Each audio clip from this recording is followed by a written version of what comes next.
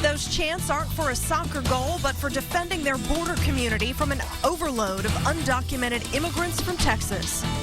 We have been following the humanitarian crisis along the border, and today Texas lawmakers heard firsthand about the millions of taxpayer dollars they say are needed to help.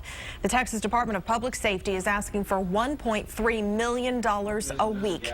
Today's hearing came just 2 weeks after Governor Rick Perry authorized additional spending for patrols and policing.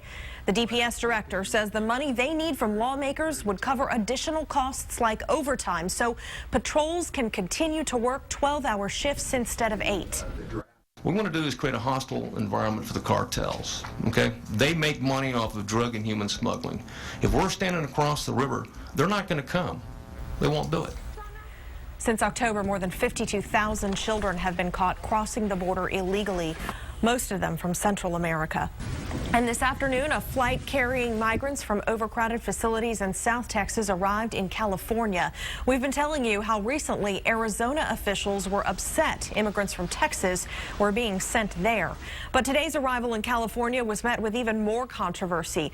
Protesters on both sides were at the Murrieta facility and created such a scene, the Border Patrol continued on to another stop.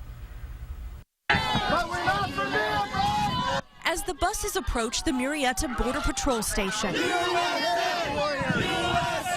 protesters push their way in and block the road as immigrant rights supporters confront them. The ones that are illegal do more work than you guys put together. Really? Yes. The buses are carrying the first wave of about 140 undocumented immigrants who illegally crossed into Texas.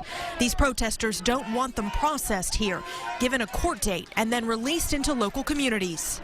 U.S. citizens have to pay taxes, higher taxes, in order to support these people. It's just not fair. We can't take care of our own. American children, our homeless veterans, American workers. The suffering American population is going to be negatively impacted by this movement. A lot of them are criminals. But immigrant rights supporters say the migrants are families with children who are escaping the violence and poverty in Central America. We got to remember that before we were us, as a nation, and us as a people, we were them. Federal agents would not reveal where those buses were headed after they turned around for safety reasons, but news crews followed them to a Border Patrol facility in San Diego, likely for further processing there.